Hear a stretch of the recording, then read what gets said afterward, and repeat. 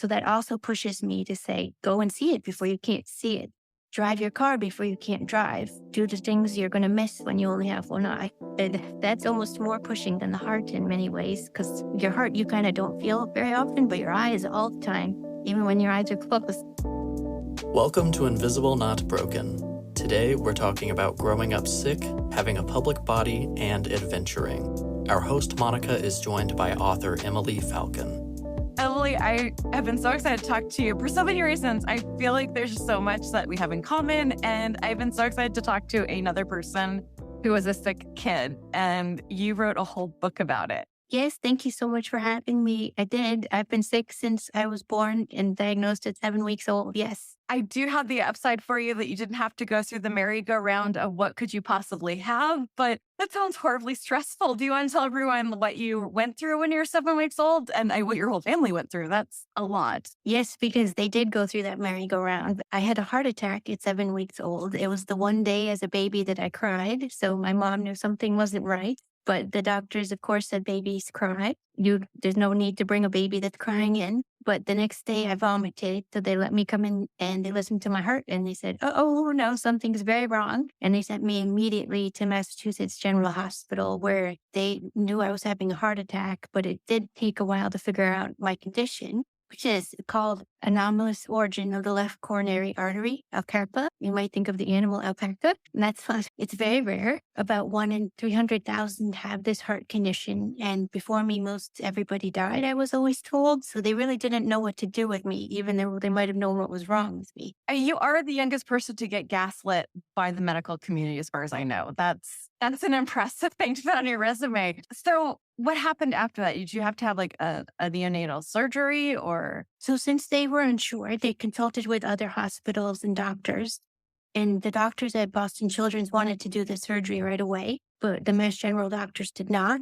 And they wanted to wait for me to grow larger because then there'd be less chance of having to do more surgeries in the future. So I had tests and medicine, and my valve was leaking quite a lot from the heart attack. It was damaged. So that was more the bigger problem at that time. So we just tried to monitor it, kept going and waiting until there was no more waiting when I was 6 and we had to do the surgery. I'm a first grader who's just starting to figure out I'm a mom of 2 and I've raised a whole bunch of kids. That's kind of the age where they're starting to get used to their bodies and they're really excited to move and run around. And you have the best title for your book for this. So I'm going to let you explain the title of your book because it's like a gut punch in so many ways. Just those words. I was like, oh, I remember that feeling. It's called From the Sidelines to the Finish Line because I've always sat out on most activities most of my life. I was never allowed to play sports with friends, do gym class at school, just basically run outside and play by myself even. I always had to rest and be careful of germs, and I never really felt like I was living in a cocoon because I didn't know that wasn't normal. And I could play with my sister in the house, but little younger sister, we never played outside. And I did go to school. So I just thought, I work in the office during gym class. That's kind of cool. And I go and get medicine. And there's one other kid in my class that does that, but I don't know. But when there's sports, definitely I don't get to do anything in gym class. I'm always doing something else or sitting there. So that wasn't so great because I was envious, of course. Like any kid, I wanted to run and play, but I just couldn't. And I napped every day when I came home from school. I was out when it was too hot in the summer. My mom kept me home. But just so many little things, like I couldn't have very much salt.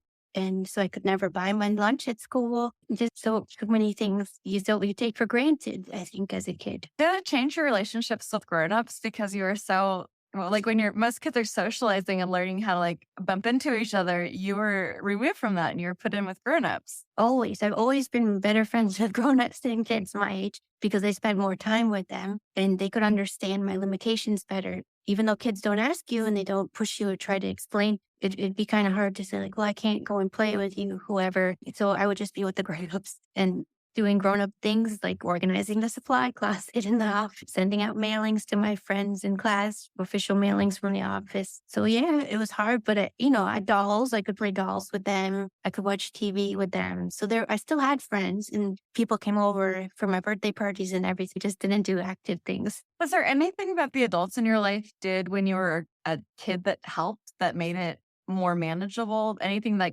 as we get a lot of people who listen who are parents who have whose kids have just gotten diagnoses, and everyone's kind of wondering, like, how do we navigate this, keeping a kid safe and still having good experiences? Was there anything that the grown-ups did that really made this easier? I'm not too sure about that, but as a grown up person, now I could say what I wish might have happened. Let's do that one too. I haven't had coffee yet, so I can go for the full negative. Let's do that one.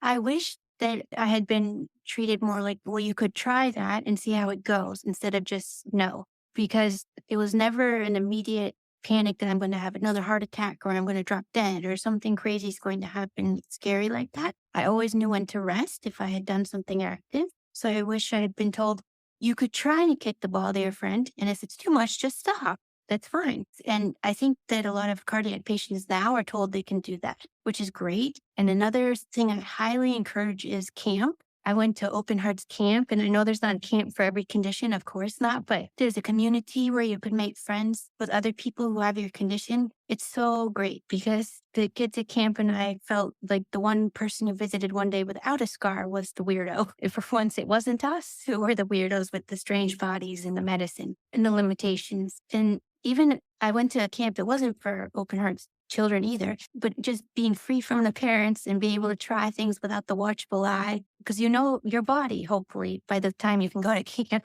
So I'd say freedom when you can, but make sure your child is knowledgeable about what they really shouldn't do if there's an immediate danger, but that they can try if there's a chance. I love what you said because this goes so far beyond just kids. I, as an adult, have had to move towards wheelchair mostly full time. And just that language of let me just try. Let me see if I can do it. Like I might fall. It could happen, but if we're not talking about imminent death, at least give it like just to be able to have that autonomy to make your own choices about what you feel safe doing. Yeah. My original title for the book was Just Try. That's my main message. You had some good titles there. That's pretty awesome. And if I ask anything you feel uncomfortable with, just go, you know what? Next question. No problem. But I was also a really sick kid, but we didn't know what was wrong. So it was like, this could be fatal. You could be dying. Yeah, I was in and out of hospitals the whole time. And I ended up with this really weird feeling. And I keep thinking of like Lynn Emanuel, where he's talking about like, just give me that pen. I'm running out of time. And everything I did felt so important. Like I need to get everything done as quick as I can and go to the wall with everything because I didn't, the doctors were like, I don't know, you might make it to 30, maybe I'm mid 20, like who knows? So I was wondering how that worked for you. If you had that same sense of mortality, really like way younger than most kids get mortality. And if that affected, because you do a lot of cool stuff, and did that affect you and like your adventurous spirit and also the things you want to accomplish? So many things to say back to this great question. So when I was younger, I don't think I felt that way because I always thought I'd be a one surgery patient and I never thought I'd need to again unless my ring had to be replaced for a larger one, but I never thought that would be a life-threatening thing. And it was more in a sense, well, no one knows what's going to happen to you. There's no examples that are older than you, but I didn't mean that meant death. It just meant we don't know. So I never focused on that, but I was never afraid to die. I never felt weird about talking about it. Not that anyone asked me like you have, but I never had a sense of that. I always felt very much like, well, if I die, I die. That's it. I tried. As I got older, and now that I've had a second open heart surgery at age 35, it's very different. And I feel very much on a time crunch because I got a new valve and it can only be replaced 3 times in a lifetime. And it will only last about 10 years or more, depending on how much I do. So I very much feel like, oh, this last August, I've reached past my halfway point with this. So I do very much now feel I can't sit still. I have to be active and take advantage of everything because even I could have any condition again tomorrow, not this valve replacement. I've learned because I also have glaucoma in my eye. So I'm losing vision quite rapidly. So that also pushes me to say, go and see it before you can't see it. Drive your car before you can't drive. Do the things you're going to miss when you only have one eye. And that's almost more pushing than the heart in many ways because your heart, you kind of don't feel very often, but your eyes all the time, even when your eyes are closed. So I do feel that sense now very much. I absolutely hear you. Especially, I'm a professional artist, and before I got really sick, I was a photographer, and that was always my like bargaining chip with whatever higher power or whatever else is out there in the universe was fine. Legs, decorative. Eyes are non-negotiable. I'm going everything for that. I don't mean to sound insensitive, but I just want to say, like, I understand, like, where you're coming. Like, it's the things that we are super attached to, and it's always the things that people are like, wait a minute, that's your thing? That one, I'm like, no, legs are decorative. Trust me, wheelchairs are awesome. Like, you can still function. I feel like, I'm still going to be able to function with one eye. It turns out it's legal to drive with one eye and everything. It's just going to be a little different, but it's not the end of the world. None of my conditions I've ever felt are the end of the world. They're so much worse. Like I could be in a coma forever. Then what's the point of any of this? So, I've always told myself it's going to be your turn and then it's going to be someone else's. So just appreciate the moments you have, even if they're limited. What do you think of how the media portrays disability, chronic illness? Because what you're talking about is so antithetical to what I feel like we get shown, which is I can't wait to, I will die to get out of my wheelchair. I will die to get out of the sick body. And I feel like all of us that I talk to are like, oh no, sick body, we can deal. I just want to go do the things. Yes, that's a hard question. So I can definitely probably count and say out loud every character on TV or every celebrity in real life that I know has a heart condition, because I definitely seek out those type of stories in the media. And I can think of a character on General Hospital who had a heart transplant, but she was in the hospital like a week and then it was fine. If you ever watched Grey's Anatomy, the character Callie had heart surgery after a car accident. She had a scar for one episode and then it was gone. So scars are never normalized. Her limitations from whatever happened to her during her accident were mostly gone forever after the season. And there are a few movies where people have had heart surgery, but it's not as realistic. It's just like they get better. I don't think it's like people don't know, they're taking pills, they can't have salt, they have to think about what restaurant they're going to, or if it's hot out, if there's a hill, if there's stairs. Like I think about these things all the time. Just getting a gallon of milk is too much for me. I have to get smaller things. I have to pretty much live in a house without stairs because if I don't feel well, it's too much. There's no TV about these things. So I definitely think it's better to watch a reality show than maybe a fictional show to see these things portrayed. But I can't think of a perfect example except for when I was younger. I really liked St. Jude's programming about children with cancer because although it was different, those children were going through and they showed their day-to-day struggles very realistically. I felt like even though it was a fundraising program, maybe it was skewed, I don't know. But that's the most I could relate to when I was younger for this kind of thing. To Hollywood, like, hey, can you please, a reality show is fine. I mean, I can flip a table if you'll at least like bandage my wrists afterwards. Like, just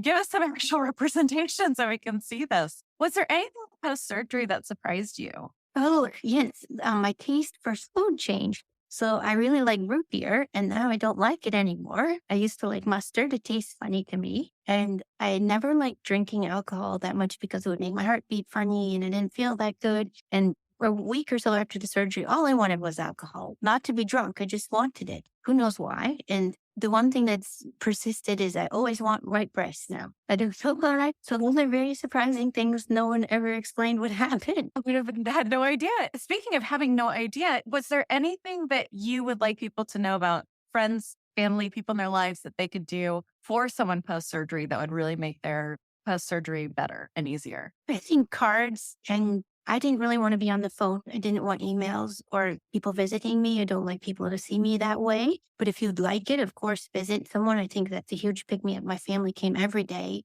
I don't think I could have done it without them. But just getting real physical cards was great. And then I could decorate my hospital room. It didn't feel so hospital-y. And then I have them forever when I get home and I might feel down and I can reread them for encouragement, which I've always liked. And I do like balloons, but not everyone likes balloons. But I think they really brighten up a room. And more than flowers in a way. To me, I like balloons because you can keep it forever. And I don't know, just send kind words. Maybe don't focus so much on the surgery. Just treat them like before and say, did you watch that show yet? Or whatever you used to talk about with them. That's such an important thing. It can feel, I mean, I felt like it was like Titanic when I got really sick, like when I couldn't hide how sick I was anymore with like, it was just this incredible outflux of all of my friends. And it just felt so lonely as no one knew what to say anymore. They couldn't ask me about work and everything just, I guess, felt fraught to them. So it was just this, my life wasn't normal to begin with, but then it was like, now I have nothing to talk to anyone about. And I didn't know how to, I still am not sure if I know how to carry a conversation at this point, but I think we're different because I don't talk about my condition pretty much ever. This is the first time with the book I'm even talking about it publicly. So I never had that connection with the friends that they would ask, how are you all the time? It would be all the other stuff because I didn't want them to know any of this. Do you want to talk a little bit about that? Because I have to tell you, when I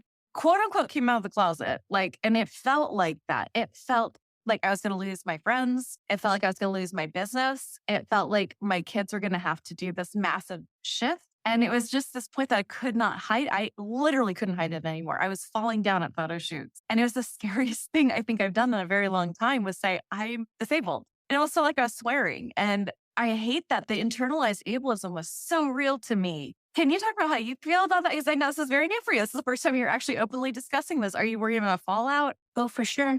I think people have very strange preconceived notions, and they might come from the media. They might come from people they actually know. I don't know where these strange things come from, but that's part of why I hate telling people. So when I had to tell a boss who I'd known for years, we'd worked together for years, it never had come up before. And then the minute she knew, the next day when we had to take stairs to go to a meeting, are you sure you're okay on the stairs? Yes. I've been with you for 5 years. You've never asked me. You've never noticed either. Why are you asking me now? So that's the kind of thing I don't like. And then from then on, whenever you take a vacation, it's like, are you out sick? No, I'm taking vacation. So I very much wish that kind of thing would be normalized. And I do feel like people are staring at my eye all the time, but maybe they're not. I don't know. But to me, it's very obvious. And so I feel very self-conscious, but my eye has made it much harder to hide because you can't hide an eye as well as a hard scar. But little things like seats on the train, on the subway. I don't look like I need a seat, of course, because I'm not in a wheelchair or whatever it is, a cane. But I do sometimes when it's hot or I'm carrying a lot, I might be suffering, but I don't say get out of the seat. I do have a medical alert necklace, but I would never put that in someone's face to say get out of the seat. But I have found on my travels around the world in Japan, they actually have visual aids that say for pregnant people, elderly, disabled, and they have a heart highlighted, which I've never seen anywhere in the world else. It's very cool. And you obviously don't have to say anything. You can just sit in the seat, which I greatly appreciate. So maybe someone might look at me and think I have a heart problem at that point, or they might think, who knows, something else with those images. So it's a hard question, but it's just, I feel people treat you differently, which is the root of why I don't tell, because they can't understand. So this is partially why I'm sharing. I hope people can understand more when they read the book, what it's like to have this type of condition or sickness your whole life. Just be understanding and don't judge people by their outside because as you know, it's invisible. You can't always tell if someone needs help, and you should just be kind. The world is chaos. Be kind. Yeah, which is very hard. I'm not saying I'm the best at it and being kind all the time. Never. Of course not. But I don't judge someone who needs a seat no matter what. It brings so many wonderful things in what you just said. And one of the things I hope I'm understanding you correctly, and maybe it's just projection on my part, but the idea of you lose autonomy you almost become infantilicized when you say I'm disabled. It's like all of a sudden someone knows better than you what you should be eating, whether you should be taking those stairs, whether you should be using your wheelchair or your cane. Like that's the one that drives me the most batshit crazy. Like editors, go ahead and leave that in. I'm hurting. I get to swear. But it drives me insane that all of a sudden, like me in my almost 50-year-old body suddenly do not know whether I should do something. And someone who doesn't even know how to pronounce my disorder now has somehow like an opinion on whether I should or shouldn't. You're totally right. I was at a party after my surgery where the surgeon was talking about me. And then the people who were there came up to talk to me. And one man said, "You're drinking. How can you be allowed to do that?" I'm like, I'm not 21. I know how to do that. And someone said, "But you have such great color," which is sort of a different thing than babying, but it's some of those preconceived notions. And it's like, where are you getting that from? And someone said, "Well, why don't you have a limp?" Why would I have a limp? Because my heart isn't so great. I don't get that. So I was getting a beeline away from that person. I'd be so scared of that person. I just don't step on my feet. I'm a chicken. I don't think I'm as brave as you. And I just smile. I am so much older than you, and I'm so much more No, you're not. bitch than you. No. I'm the most kind is what it comes down to. I'm just not as nice. No, I'm furious inside, and the way I show it is with a huge smile, which is completely wrong, but that's what I do. So the bigger the smile, the madder I am. Thing is my kids were asked, like, what does your mom do when she gets really mad? And they're like, oh, she gets really quiet. I just started howling, not this as anything. It was just, I think that might have like a very similar response system, which is like, oh, I'm going to wait a minute before I respond to anything. Like, just let me process that one. We were talking about bodies, like, and you seem to have a lot of awareness of how people see you via scar or via eye. I don't know if you've had children, but like, what we're talking about feels so similar to me. Like when I was pregnant, it was like a public body. And I had this, which I was really surprised after I had these children, when I started using a cane and a wheelchair, how my body became public again. People had opinion about what it should look like, what it should be doing, what I should be ingesting. I mean, like all of a sudden someone was telling me about coconut oil. Apparently it was going to cure cancer and everything else. Yeah. Like the unsolicited advice became a big thing. It sounds like something you're dealing with where people have like opinions on your skin color, on your lack of a limp, whether you want alcohol or not. I'm just amazed at what points our bodies become public. Yes. And even as a woman, it's very hard to dress because I don't want, like, you're supposed to show your cleavage, but maybe I don't want to because exactly where my scar is, or choosing a bathing suit is very challenging because there's also scars on my tummy.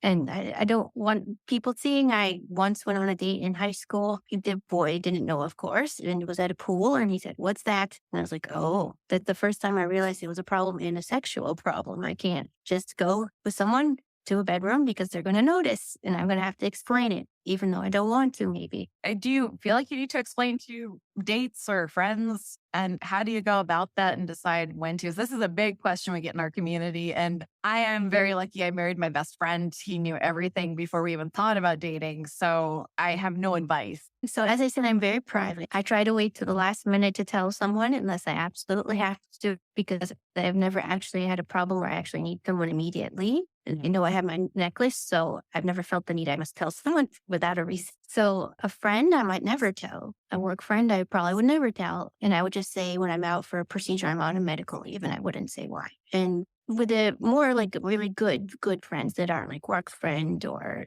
whatever, it's going to be a long-term friend. It will probably come up somehow. If they invite me somewhere where I must wear a bathing suit, or they're doing something I just can't do, say something at high elevation, I fall asleep. I can't go. It's obvious. So I lived in Alaska after my second surgery, and everyone there was extremely skilled, and they loved hiking and all these things. And I kept telling myself, it's a walk. You can do it. Just go. But I tried not to explain why I was behind people. I would just say, I'm going to be behind. I'm going to be slower than you. Please just wait for me at the end. And I wouldn't tell them why. And they never asked. But then when I had a romantic partner, I thought, oh, well, he's going to see. I have to tell. But we had been on many hikes before, and I hadn't told him why I was slow. I had just done this speech of wait for me. But then I had to tell, because maybe it's just being nude when you have. I feel I must tell. Or if I'm having a sleepover, someone's going to see my medicine. I can't hide that. And I can't go on a random sleepover without my medicine. So I have to prepare ahead. So I can't be spontaneous in that way. So it's kind of case by case, but I try not to. More about writing a biography or autobiography. Did that shift your perspective on yourself, people around you? What was that process like? An autobiography is never just about you. It's about the situation and the people around you. How did that shift your focus, I guess? So I tried not to have too many characters in the book, but my family has to be in it, but I have to respect their privacy. So it was a little hard because I wanted to say details, but I couldn't.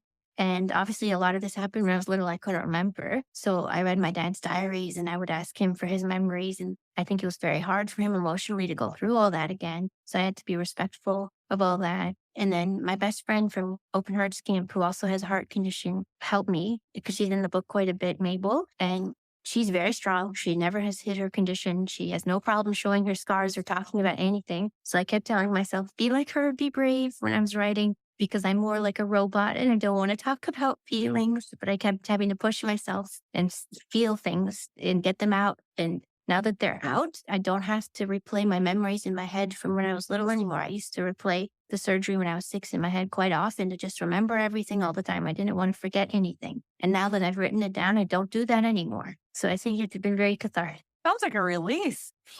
I read a few interviews of you from other interviews, and one of the things you had talked about was self-motivation.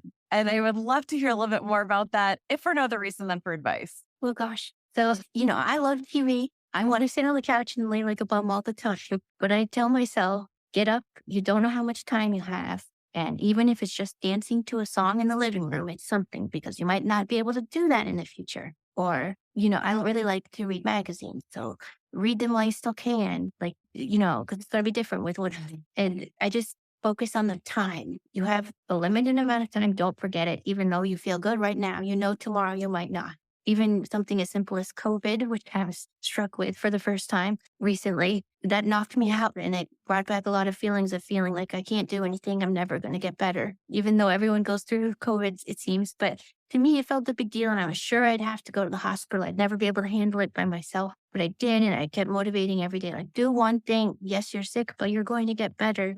You can't give up because you're sick with one thing, because you really will regret it in 20 years when that ability is gone. You bring up such a great thing. And there's another person, I forgot her name, and I'm so sorry because she's amazing and she has the same disorder I have. She talks about just getting one foot on the ladder, and you might not get another step up on the ladder. But if you just like have that one thing that you do every day that you know that you will do no matter what, like brushing your teeth, you call that your first step. And then if you brushed your teeth and you're like, I can do it, then you move on to the next thing. And the next thing, you might fall all the way off that ladder and end up back in bed. But if you just take that first step and you see that as your first step to your day, that's just something that personally has helped me. I have no idea if anyone else, but even down to changing like our household up to make it easier to take that step. So I'm talking to you from my bedroom because I took up, I think, a 3-month break from the podcast because I couldn't get to my office, which is just outside the house, but I couldn't get there, sit at the computer, and then get back to my bed. So we moved my office next to my bed's right there. So I could just do what I did today, which is roll out of bed into my office chair, talk to you. After we're done, I will roll back and become the corpse back over there. Oh, no. But it's just like, I think that this is such a good discussion because I think people have an idea of what things have to look like. I'm going to write a book. I will go to my office. I will sit at my desk. I will write. Well, that's not for you. Like,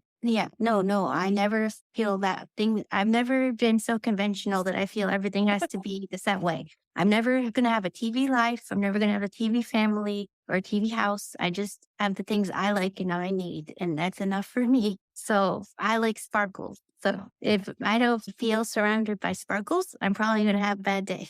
So when I'm laying in the bed, I have to be able to see sparkles. Or when I'm in the hospital, on a doctor appointment where I'm really scared, I try to wear a sparkly shoe because that's my one step I can do that's still me, makes me feel like me. And I just do it. I think it's so silly to have these set ideas and conventions. Like, I was never told I could have children. No one knew if I could. So it's never been something I want. So it's not something I push, but that's just not the life I want. I want to go on trips. I want to have a family, of course, but not babies of my own. It would be too hard for me to even lift a child really past 15 pounds. A child needs to be held. That's not fair. And it's just setting expectations for what you need and what you like. And I don't know how to explain it more than just find what you need to get through these hard times, even if it's like a piece of or a candy, anything silly. It doesn't matter. If that's the thing that makes you feel like a human and feel good for the hour of the day and the rest you feel awful, that's enough. what a wonderful way to describe that. Like for you, it sparkled. My 16-year-olds got me obsessed with everything kawaii. So now my like phone case definitely looks like a 13-year-old's phone case. It's cute. It makes me happy. Like I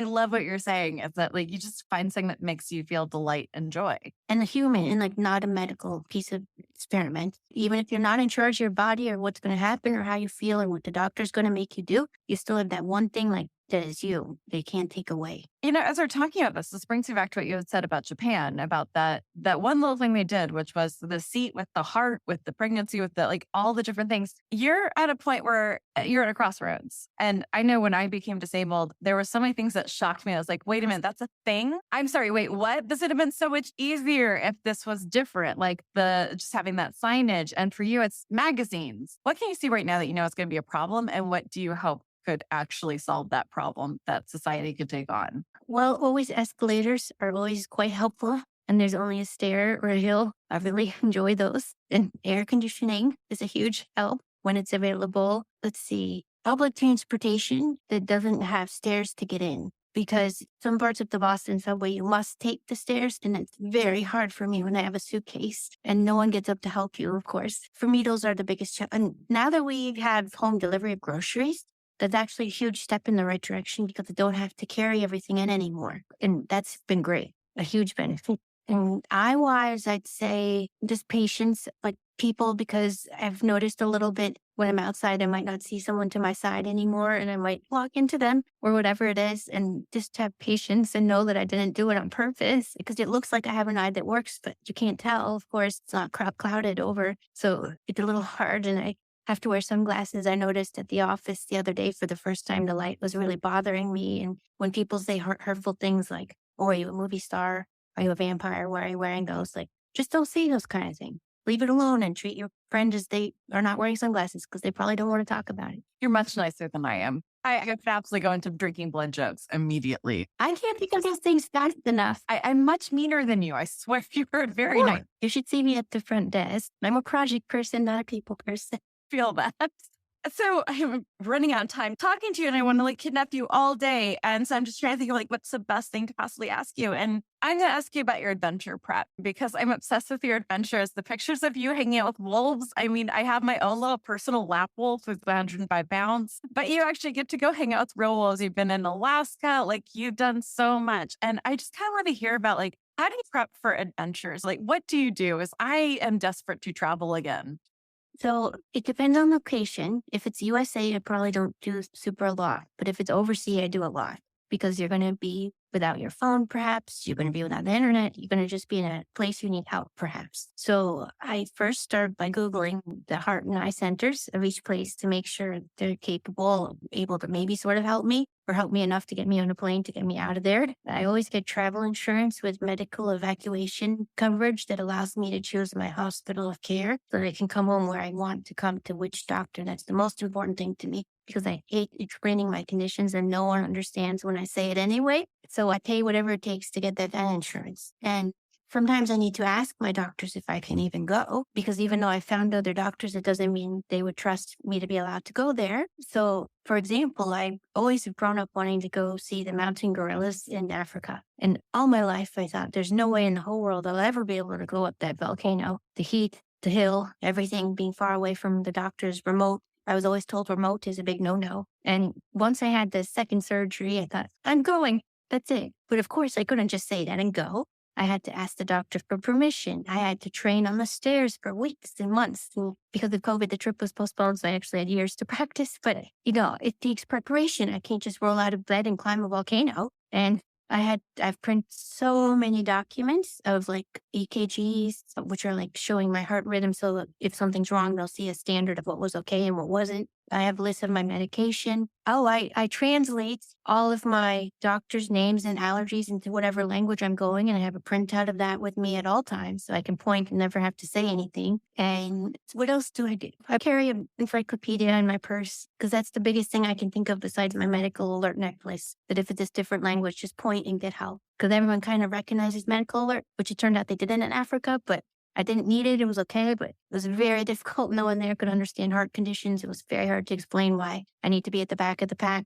I need to rest. I'm not going to be able to keep up with the old people, even though you think I'm much younger than them, but just being patient. And that was a challenge for me. I never encountered a place that doesn't understand heart conditions and being slow, but just be patient. Just have an encyclopedia in your purse or backpack you can point to. An extra medicine, always bring doubles, of course, in case you lose something or it goes down the drain. I'm clumsy, but you never know when you're going to drop a pill. And I don't just bring like the 2 weeks worth. I bring a month worth because what if you're stuck there? What else? Have a plan. So if you are at an airport and you're having a problem, have in your mind how you're going to get out of that airport if you can't get help. So I always look for the sign for the taxi stand or whatever it takes to just get out without maybe delaying because someone's going to say you fell, but you can still take care of yourself. I think that's faster to just get out of there than ask for help. So know a way to get out and get help. Those are such incredible. Thank you. There's I hadn't heard before. I do just want to add in one thing. If you are a pain patient, please take a listen to our episode with Kiros. We'll link it in the show notes, but you can hear about how he was arrested at the UAE for his pain medication. So if you are a pain patient, my quick advice is please make sure you get your paper prescription